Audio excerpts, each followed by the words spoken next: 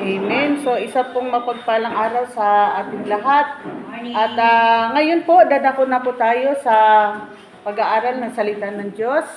Patuloy po natin buksan ang ating mga espiritual na puso, mata, kaisipan na tenga upang maunawaan po natin ang salita ng Panginoon na ipagkaloob niya sa atin sa oras na ito. So, ang ating pong pag-aaralan ay matatagpuan po natin sa Juan chapter 1 verses 10 to 14. Babasahin ko po. Dumating ang salita sa sanlibutan, ngunit hindi siya kinilala ng sanlibutang ito na nalikha sa pamamagitan niya. Pumunta siya sa kanyang bayan, ngunit hindi siya tinanggap ng sarili niyang kababayan. Subalit ang lahat ng tumanggap at sumampalataya sa kanya ay binigyan niya ng karapatang maging mga anak ng Diyos. Sila ay naging mga anak ng Diyos, hindi dahil sa isinilang sila ayon sa kalikasan o sa kagustuhan o sa kagagawa ng tao, kundi ayon sa kalooban ng Diyos. Tayo po yumuko, tayo manalangin. Aming Ama, salamat po muli sa oras na ito, sa pribileyo na pinagkaloob mo po sa amin. Pribileyo, Panginoon, na ikaw ay aming purihin, ikaw ay aming sambahin, at makinig at mag-aral po ng iyong mga banal na salita. Patuloy niyo po pagpalain ugad ang iyong mga banal na salita sa oras na ito upang maunawaan po ito ng mabuti ng bawat isa sa amin at maging kalakasan po ito ng aming buhay espiritual. Salamat po at i-guide mo kami, Holy Spirit, ikaw ang aming dakilang guro sa oras na ito at balutin mo po ugad ng iyong banal na presensya ang lugar na ito, Ama, at patuloy niyo pong pagpalain ng iyong abang lingkod ugad. In the name of Jesus Christ, Amen. So, pinamagatan ko po ito na ang salita ay nagkatawang tao.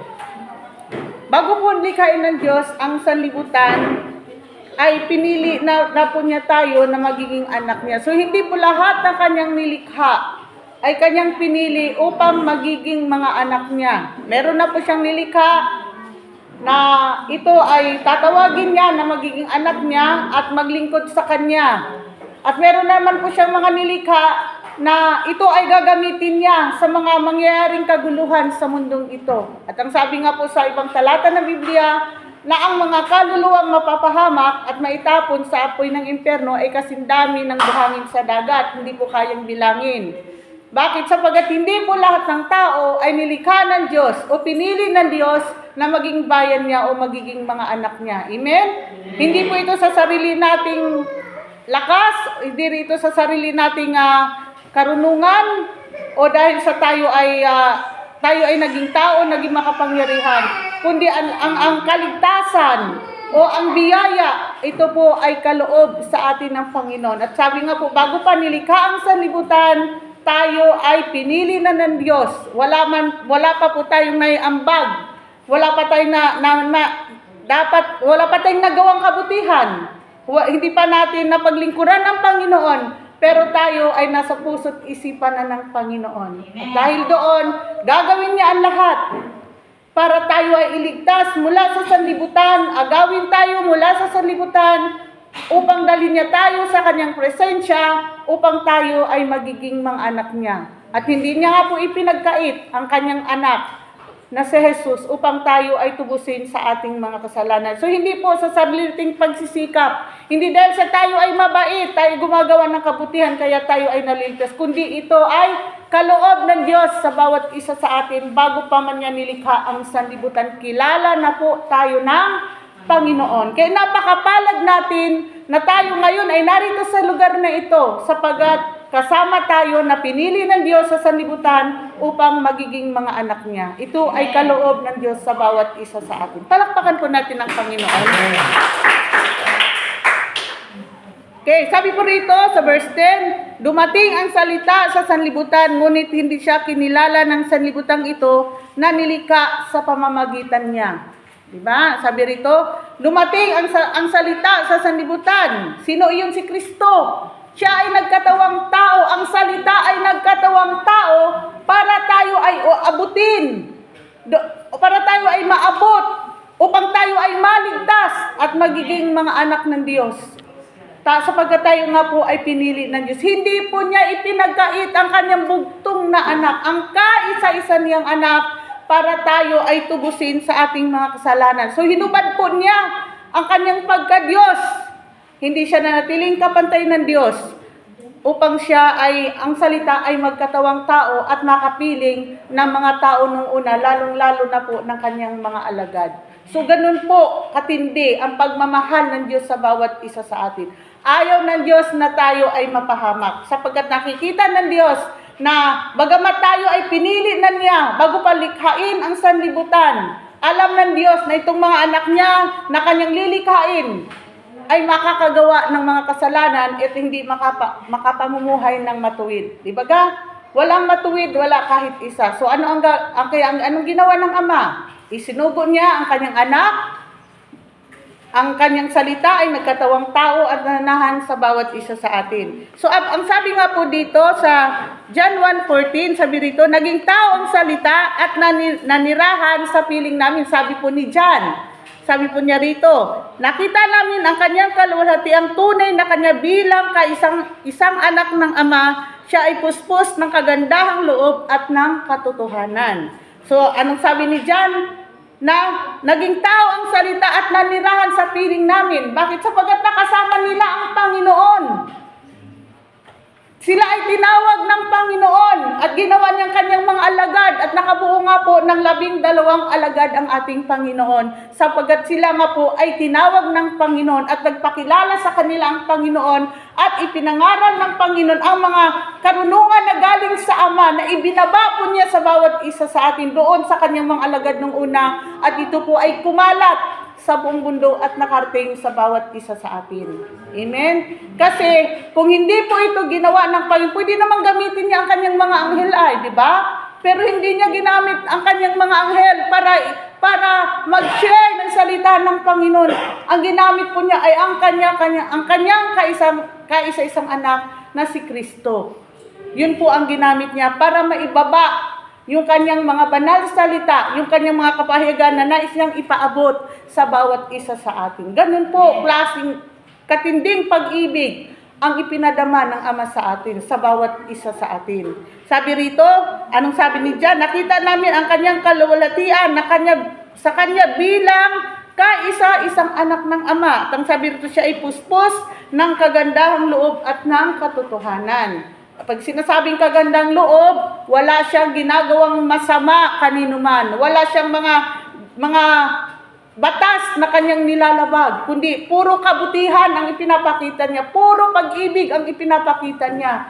At siya nga po ay naging alipin nating lahat. Di ba inalin niya ang kanyang buhay doon sa krus ng Kalbaryo? Wala siyang kasalanan. Ni batik, ni kulubot, wala po siyang nagawang kasalanan. Namuhay po siya ng matuwid. Yung buhay na hiningi sa kanya ng Ama, ay naibigay po niya ito sa Ama. At dahil doon, sabi rito, siya nga po ay puspos ng kagandang loob at ng katotohanan, sapagkat namumuhay siya ayon sa katotohanan na salita ng Ama na ibinigay sa kanya, na ito naman ay binahagi niya sa mga tao nung una, lalong-lalo na po sa kanyang mga alagad.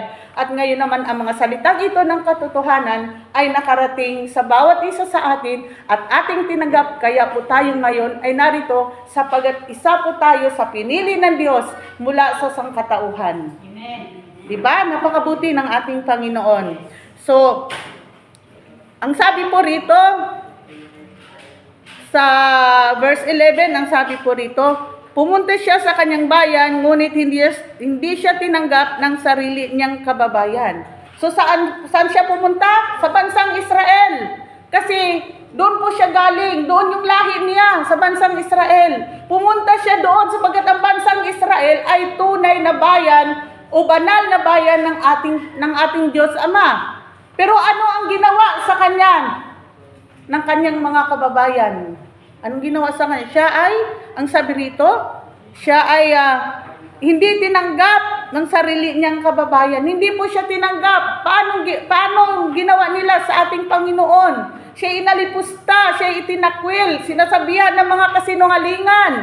Siya ay binugbog, siya ay hinagupit, na ang ginamit na panghagupit sa kanya yung bakal na mayroong bilog, na may kadena, at yun ay may bilog siya na bakal na may tinik-tinik na pag hinampas sa Panginoon, sumasama ang laman ng Panginoon at sumisirit ang kanyang mga dugo. Kaya nga sabi doon na hindi na nga siya makikilala kung siya ay tao pa, sa dami ng sugat na kanyang tinamo dahil sa bawat isa sa atin, na dapat tayo yung ipinako sa krus, tayo yung dapat yung nagdurusa, pero yun na inako po ng Panginoon ang lahat ng ating mga nagawang kasalanan, sapagkat yun yung kanyang misyon kung bakit siya nagkatawang tao, kung bakit ang salita ng Diyos ay nagkatawang tao, sapagkat doon po siya itinalaga ng Ama. Sabi nga, bago pa nilikha ang langit at ang lupa, inihanda na ng Diyos Ama ang isang kordero na walang batik, walang kulubot, walang kapintasan, at walang kasalanan upang maghandog ng kanyang buhay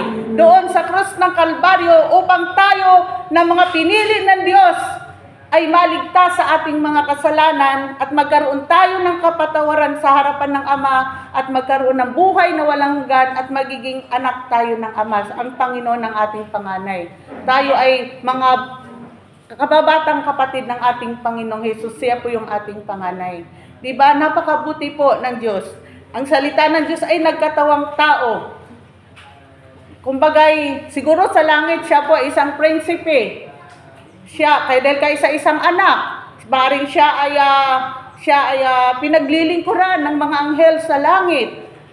Pero hinubad po niya ang mga katangiang iyon, at siya nga po ay nagkatawang tao. Ang salita ay nagkatawang tao para po sa atin na mga pinili ng Diyos. Dahil ayaw ng Diyos na tayo ay mapahamak. Dahil espesyal po tayo sa puso ng Ama bago pa man nilikha ang langit at ang lupa. Bago pa man naging tao ang ating mga ninuno, tayo po ay lamanan ng puso at isipan ng Ama. Dahil tayo ay mahalaga at espesyal sa Kanya. Amen? Palakpakan nga po natin ang ating Panginoon. Sabi po rito, Gawa 4:11-12, sabi rito, ay hindi pala, narito pa pala tayo. Sabi rito, sa Kolosas, 1:16-17, sabi rito, sapagkat ang lahat ng bagay nasa na baga ako. Okay, so nasa verse 11 na tayo, no, na ang sabi rito na pumunta siya sa kanyang bayan at hindi siya tinanggap ng sarili niyang kababayan. Dahil nga po siya, ang ginawa sa kanya, imbis na siya respetuhin, paglingkuran, mahalin, siya po ay pinatay siya doon sa krus ng Kalbaryo. Okay, verse 12 na po tayo. Subalit ang lahat ng tumanggap at sumampalataya sa kanya ay binigyan niya ng karapatang maging mga anak ng Diyos. Anong sabi rito? Subalit ang lahat ng tumanggap at sumampalataya sa kanya ay binigyan niya ng karapatang maging anak ng Diyos. So, paano tayo magiging anak ng Diyos? Kailangan nating manampalataya sa kanyang anak na si Jesus, na siyang ipinadala ng Ama sa atin upang mag-alay na kanyang buhay doon sa krus ng Kalbaryo. Panampalataya natin ito ng buong puso na siya'y namatay at sa 3 araw ay muling nabuhay upang tubusin tayo sa ating mga kasalanan at tanggapin natin siya na ating Panginoon at tagapagligtas at sumampalataya tayo sa Kanya, at pag nangyari po yun, tayo po ay bibigyan ng karapatang magiging anak ng Diyos.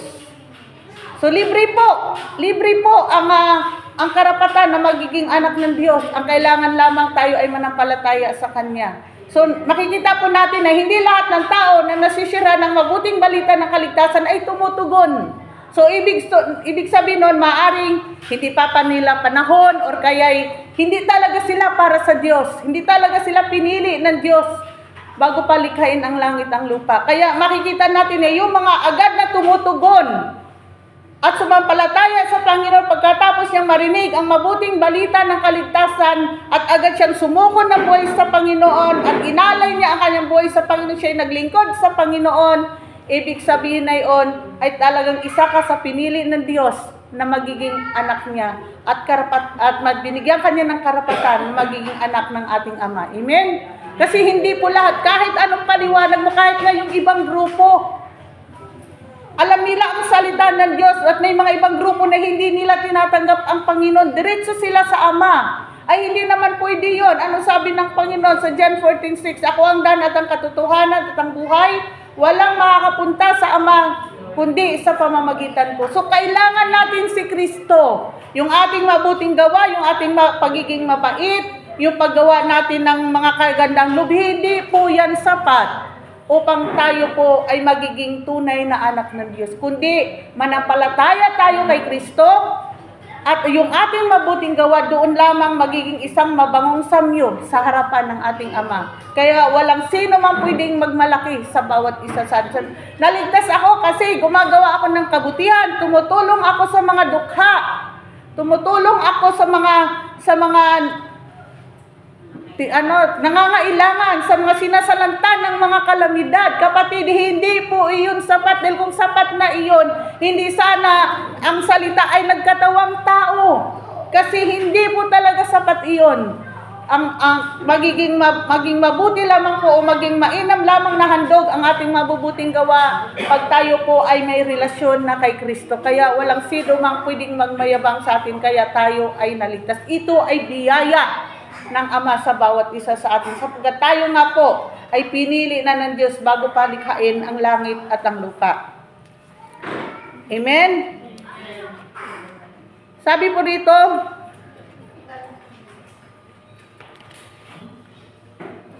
verse 13, ang sabi rito, sila ay naging mga anak ng Diyos hindi dahil sa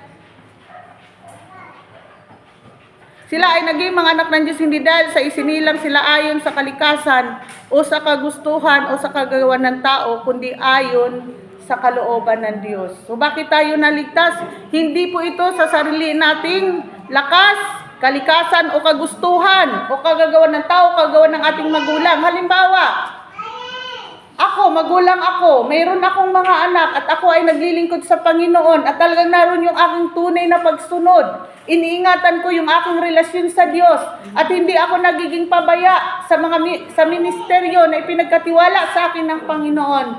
Ngunit, pwede ko bang sabihin na Lord, ganito po ang ginagawa kong paglilingkod sa iyo. Pwede po ba ang lahat ng mga anak ko ay maliligtas?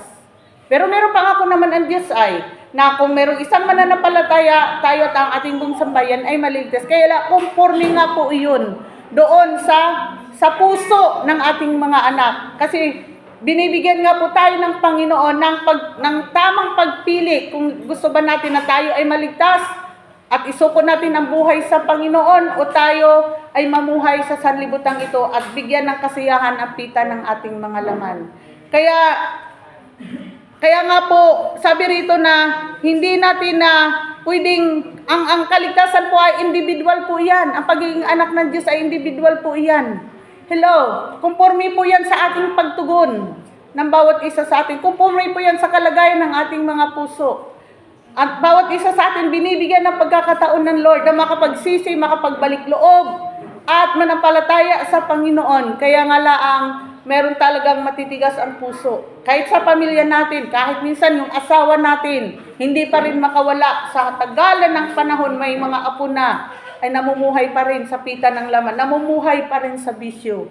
Kaya wag po yung maging kabigatan sa bawat isa sa atin na magpaka-stress na tayo ay titigil na sa paglilingkod sa Panginoon dahil nga po sila ay ganun, nakakahiya, tapos yung pamilya natin ay hindi madala sa Panginoon. Hayaan po natin ang Diyos para sa kanila. Maring hindi pa lang po perfect tibol ng Panginoon para sa pamilya natin. Basta't ang mahalaga ay sila po ay ating ipanalangin. Dahil kung sila ay talagang sila ay pinili ng Diyos bago palikhain ang langit at ang lupa, pakikialaman ng Diyos ang buhay ng bawat isa sa atin. Maging ng ating mga mahal sa buhay na matagal na nating iniiyak sa Panginoon na hanggang ngayon ay nagmamatigas pa rin at nagiging masaya pa rin sa paggawa ng lahat ng uri ng kasamaan at kasalanan.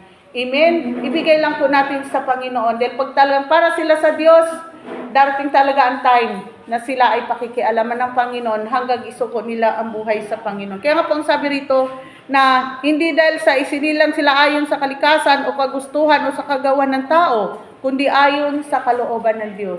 Kaya ang lahat ng mga bagay na nangyari sa mundong ito, maging sa pagliligtas niya sa atin, ito po'y ayon sa kalooban ng Diyos. So kahit magtambling-tambling pa tayo diyan, pag hindi pa talaga kalooban ng Diyos na madala natin ang ating mga mahal sa buhay sa Panginoon, ay wala po tayong magagawa. Maaring yan ay ginagamit din ng Panginoon yan sa atin para patatagin yung ating pananalig at pananampalataya sa Kanya. Amen? Upang subukin yung ating paglilingkod sa Panginoon. Kaya laging sa paglilingkod sa Panginoon, lagi po tayong focus sa Panginoon at tandaan natin na ang salita ay nagkatawang tao at ang salita ay makapangyarihan, ang salita ng Diyos. At kung wala ngang matigas na tinapay sa mainit na kape, ganoon din po sa salita ng Diyos na wala pong matigas na puso sa salita ng Panginoon. Amen? So, kailangan lang po ipanalangin natin ang bawat isa sa atin. Kaya magpatuloy lang po tayo sa Panginoon. Amen po? Amen. Okay, sabi rito,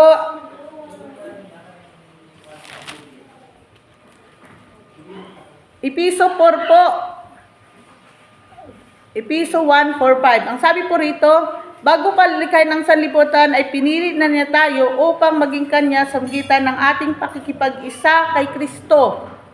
At upang tayo maging banal at walang kapintasan sa harap niya dahil sa pag-ibig ng Diyos, pinili niya tayo upang maging anak niya sa magitan ni Kristo ayon sa kanyang layunin at kalooban. So tayo po ay pinili ng Diyos na maging anak niya sa magitan ng pananampalataya kay Kristo ayon sa kanyang layunin. Ano ang layunin niya?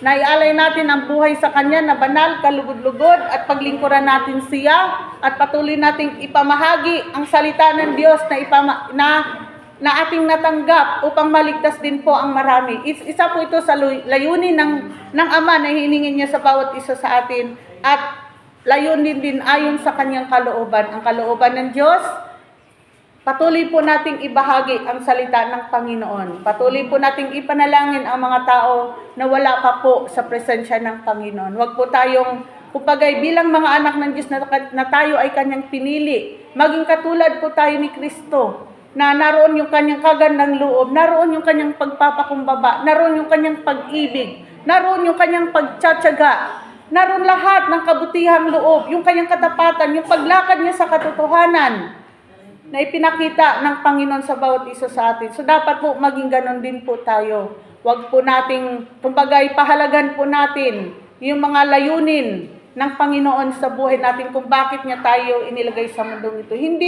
Hindi po kalooban ng Diyos ang ating buhay ay ubusin lamang sa mga bagay ng mundong ito, sa hanap buhay, sa karangyaan, sa kapangyarihan, o ang magpayaman. Hindi po yun ang layunin lamang ng Panginoon. Ang layunin po ng Diyos, ang palawakin natin ang Kanyang banal na salita upang ang mga tao ay maligtas din po sila at sila rin po ay magsuko ng buhay sa Panginoon at sila rin po ay magiging tunay na magiging anak din po ng ating Ama. Amen. Katulad natin na tayo ay tinanggap ng Ama sa magitan ni Kristo dahil sa ating pananalig at pananampalataya sa Kanya. Kaya huwag rin po tayong magsawa na i-share po natin ang salita ng Diyos. Ang salita ng Diyos na nagkatawang tao na walang iba kundi si Kristo na nag-alay ng Kanyang buhay doon sa krus ng Kalbaryo. Kaya po tayo ay naligtas. Amen? Amen. Papayag po ba tayo na tayo lang po ang maliligtas sa yung mga narito? Papayag ba tayo? Na wala pa rito. Karamihan yung ating mga asawa. Karamihan dito yung mga kababaihan. Ilan na po ang lalaki? Hello. Si Pastor lang, si Kuya Rubin. Wala na. Itong batang ito. At saka itong apo ni Pastora. Papayag ba tayo na wala pa rito yung ating mga kapatid, yung ating mga magulang, tiyo and tiya, mga mahal natin sa buhay, lalo ng ating mga manugang, ating mga apo? Huwag po tayong pumayag, mga kapatid. Huwag po tayong maging madamot kung paano si Kristo na hindi po siya naging madamot, na ibahagi niya yung salita na tinanggap niya sa Ama, na ibinaba po niya dito sa lupa sa bawat isa sa atin. Amen? At salamat na laang na ang bansang Israel ay nagmatigas. At dahil sa kanilang pagmamatigas, itinakwil nila yung batong panukulan.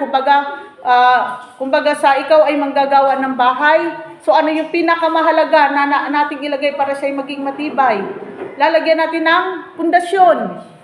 At sa ating buhay spiritual, sino po ang ating pundasyon? Sino yung batong panukulan? Di ba ang Panginoon, si Kristo?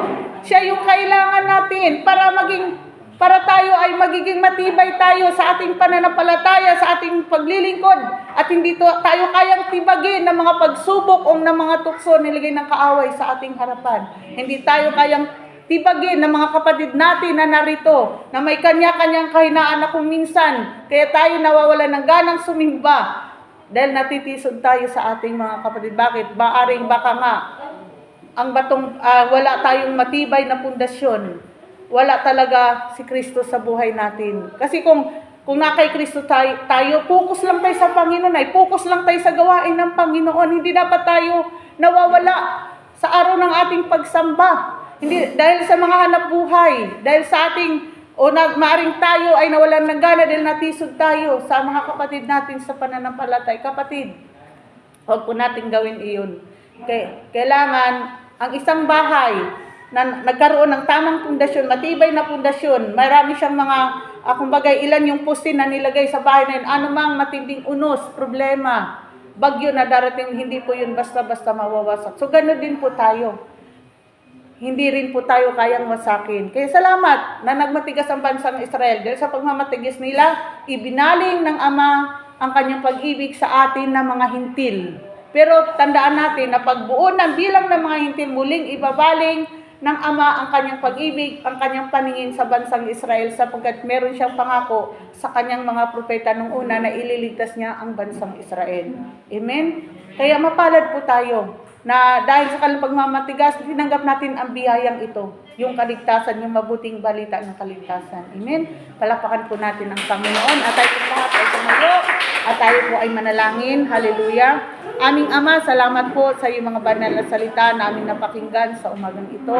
Tulungan niyo po kami, Panginoon, na yung salita mo, Panginoon, na ikaw nga po ay, ang salita ay nagkatawang tao upang maibigay niyo po sa amin ang mga kapahigan ng Ama na ibinigay niyo po, Ama, sa iyong bugtong na anak na si Kristo. Na ito po ay naibahagi po niya sa mga tao nung una at dahil doon ito po ay lumaganap at nakarating po sa bawat isa sa amin. Tulungan niyo po kami na ang salitang ito ay magkaroon ng buhay, Panginoon, sa bawat isa sa amin at patuloy naming maibahagi, Panginoon, sa lahat ng pagkakataon, maging hindi man sa tamang panahon, ay kailangan naming laging samantalahin na maibahagi namin ang iyong mga banal na salita sa lahat ng mga tao upang ang mabuting balita ng kaligtasan ay kanila rin pong tanggapin at sila rin po ay maging tunay mong mga anak kung sila ay manampalataya at manalig sa iyong bugtong na anak na aming Panginoong Hesus. Salamat po sa lahat ng ito, aming Ama. Nawa, Panginoon, ang iyong pag-iingat at proteksyon ay patuloy naming maranasan, ugad, at patuloy kaming lumakad sa iyong katotohanan at patuloy kaming gumawa ng kabutihang loob sa lahat ng mga tao na nasa aming paligid, lalo na sa mga kapatid namin sa pananampalataya. Patuloy po kaming maging asin